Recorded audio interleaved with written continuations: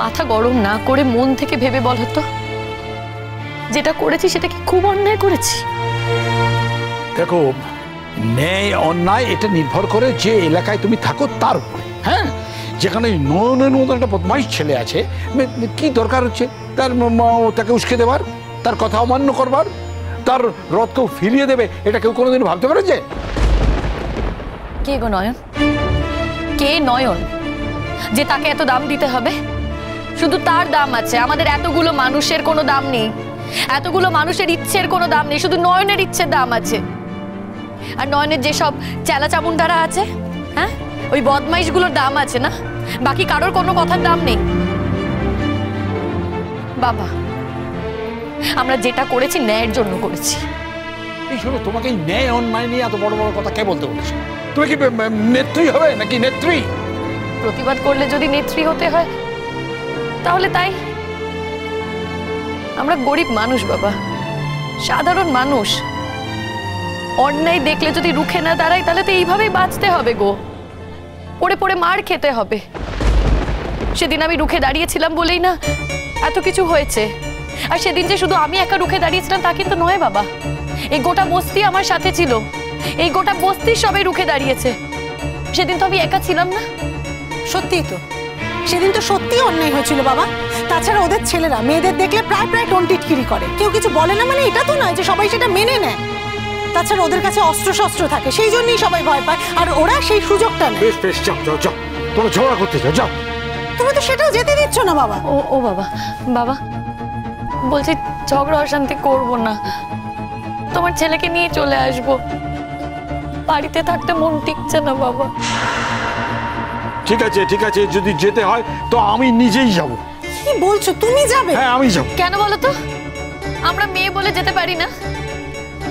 বাবা তুমি যেও না, তোমার বয়স হয়েছে, ওরা তোমায় দু চার কথা শুনিয়ে দেবে, তোমার মান সম্মানে লাগবে, তবে তুমি কিছু একটা বলবে, অশান্তি বাড়বে। আমরা যাই না। আচ্ছা কি হয়েছে বলো তো, কি কেন যেতে দিচ্ছ না তুমি ওদের? যাক না ওরা, যাক না, যে একটু দেখে আসুক না। কি বলবে বলো, কি বলবে? না যদি কিছু বলে ওরা তখন বলবে যে লালন অনেকক্ষণ বাড়ি থেকে বেরিয়েছে, ও ফিরছে না, তাই তাই মা চিন্তা করছে, ব্যাস। ও মা, মা মা তাহলে আমরা যাই মা। হ্যাঁ হ্যাঁ হ্যাঁ, যাও যাও যাও, যেখানে খুশি যাও, যা ইচ্ছে তাই করো। আমি এখন বেশ বুঝতে পেরে গেছি যে এই সংসারে আমার কথার আর কোনো দাম নেই। এই যে বাইরে থেকে একজন উড়ে এসছে, আমার মাথায় চড়ে বসেছে। সবসময় এরকম কেন বলো বাবা? বাইরের মেয়ে, বাইরের মেয়ে।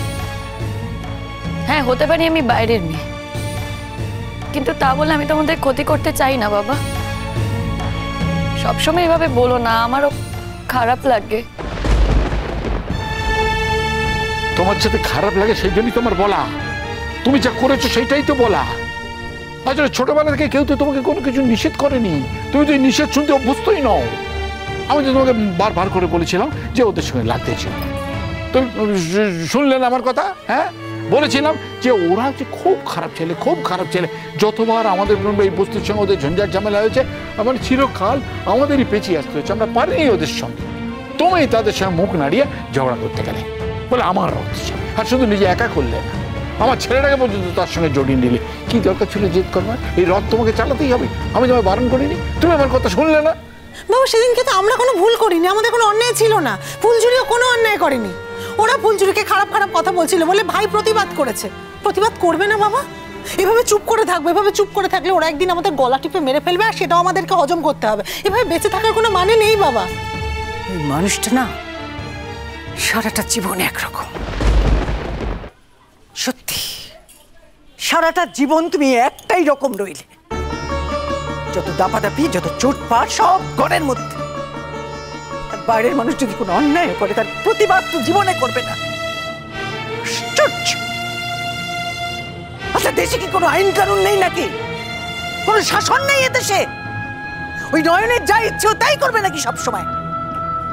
আর আমাদের ওই বস্তির মানুষগুলো, এরা, এদের কোনো দাম নেই? ওই নয়ন যা বলবে তাই করবে? কখনো না, সবসময় এটা কিছুতেই হতে পারে না। শোনো, সমস্ত নিয়ম না একটা সময় ভাঙে। সেদিন ফুলঝুরি নিয়মটা ভেঙেছে তো, তাই নয়নের অত গায়ে লেগেছে। কিন্তু আমার শুধু একটাই ভয় করছে, একটু চিন্তা হচ্ছে।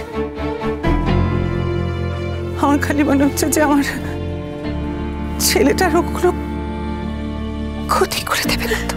মা এরকম বলো না মা, কিচ্ছু হবে না। ওর কি বলছো মা? হ্যাঁ ক্ষতি করবে? ক্ষতি করে কি অত সহজে আমরা কেউ নেই নাকি? মা গোটা বস্তি গিয়ে ঝাঁপিয়ে পড়বে, আমি তোমায় বলে দিলাম। খবরদার, বস্তির লোকজন নিয়ে ওখানে চড়া হবে না, আমি বলে দিলাম।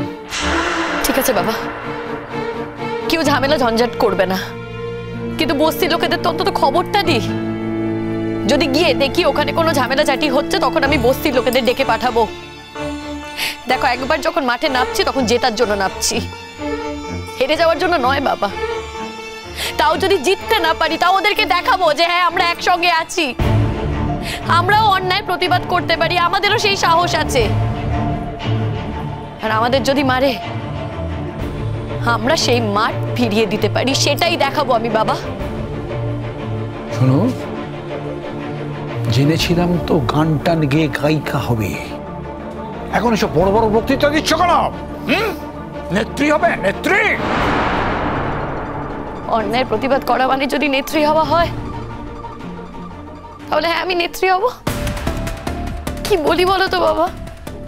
আরে বাবা, মানুষ হয়ে জন্মেছি তো, অন্যায় প্রতিবাদ করবো না? তুমি বলো। দেখো, পরের জীবনে কি হবে সেটা তো জানি না, এই জীবনটাকে হেলায় হারাবো বলো তো বাবা? অন্যায় দেখলে তো প্রতিবাদ করতেই হবে, বলো। ফুলঝুরি, ফুলঝুরি, একটা কথা শোনো। এই মানুষটার কথা শোনো না, উনি জীবনেও তোমাদেরকে যেতে দেবেন না। কাজে আমি বলছি, যাও, তোমরা দুজন যাও, যাও গিয়ে দেখো যে কি হচ্ছে ওখানে। তারপর না না, হয়তো এমনি কথাবার্তাই বলছে, তো গিয়ে দেখো। কিন্তু মা ফোনটা কেন ধরছে না বলো তো? আমি তো সেটাই ভাবছি। আরে বাবা, ফোন ধরছেন না, ওই বললাম তুই কথা বলছি।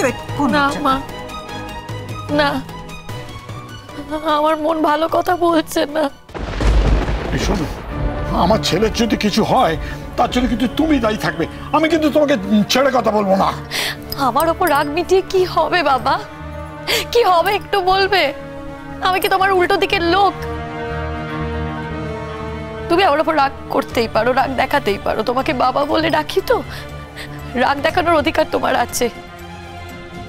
কিন্তু আমরা কোনো অন্যায় করিনি বাবা, অন্যায় নয়ন করেছে।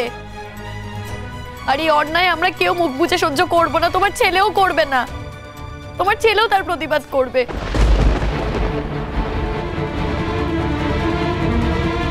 বাবা, বাবা, নয়ন কে বলো তো?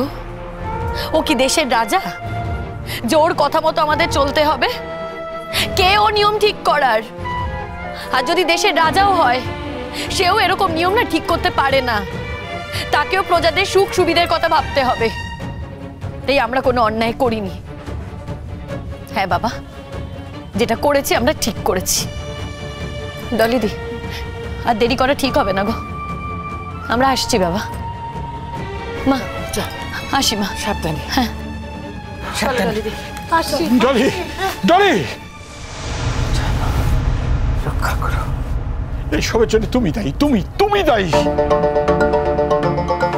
একদম চুপ করে থাকো, একদম চুপ। যে যাবে না, ওদেরকেও যেতে দেবে না। আরে আমি তো যেতে চেয়েছিলাম। কি করতে তুমি সেখানে গিয়ে? আমি জানি না কি করতে। ওই নয়নের হাতে পায়ে ধরে ক্ষমা চেয়ে মাথা নিচু করে আমার ছেলেটাকে বাড়িতে নিয়ে আসতে, তাই তো? তা নয় তো আমি কি করতে পারি? আমাকে নয়নের সঙ্গে ঝগড়া করবো, মারপিট করবো বলো? প্রয়োজনে তাই করতে হবে, দরকার হলে। নইলে কি হবে? আমার ছেলেটা, নইলে তো আমার ছেলেটা তাকে সারা জীবন পড়ে পড়ে মার খেতে হবে। আর এই বস্তির লোকগুলো, তারাও কি সারা জীবন পড়ে পড়ে মার খাবে নাকি? তা হবে না। হ্যাঁ, থাকি বস্তিতে, কিন্তু মাথা উঁচু করে থাকবো। বস্তিতে থাকি বলে আমরা কি মানুষ নই?